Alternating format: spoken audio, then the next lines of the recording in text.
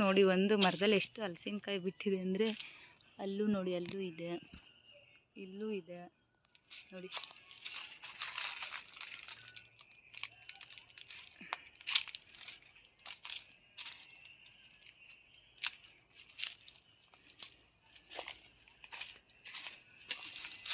ನೋಡಿ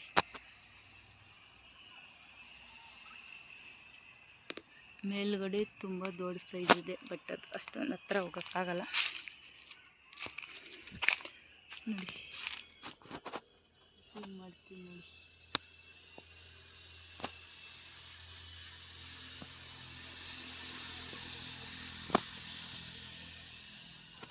ಒಂದೇ ಹತ್ರ ಎಷ್ಟೊಂದು 5-6 ಕಾಯಿ ಬಿಟ್ಟಿದ್ದಾವೆ.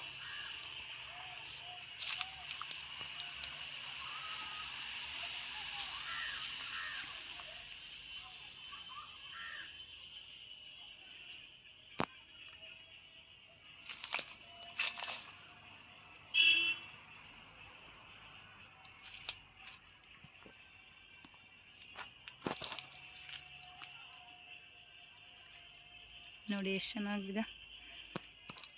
ಇನ್ನೂ ದಪ್ಪ ಸೈಜ್ ಆಗುತ್ತೆ ಇದು. ಇದು ಪಟ್ಟೆ ಇದೆಲ್ಲ ಈ ಥರ ಸ್ವಲ್ಪ ಅಗಲ ಆಗಬೇಕು, ಆವಾಗ ಬಲ್ತಿದೆ ಅಂತ ಗೊತ್ತಾಗುತ್ತೆ. ಈ ಮುಳ್ಳಿದೆ ಅಲ್ಲ, ಇದು ಹತ್ರ ಇದೆ, ಸ್ವಲ್ಪ ಬಿಡಿ ಬಿಡಿ ಆದರೆ ಬಲ್ತಿದೆ ಅಂತ.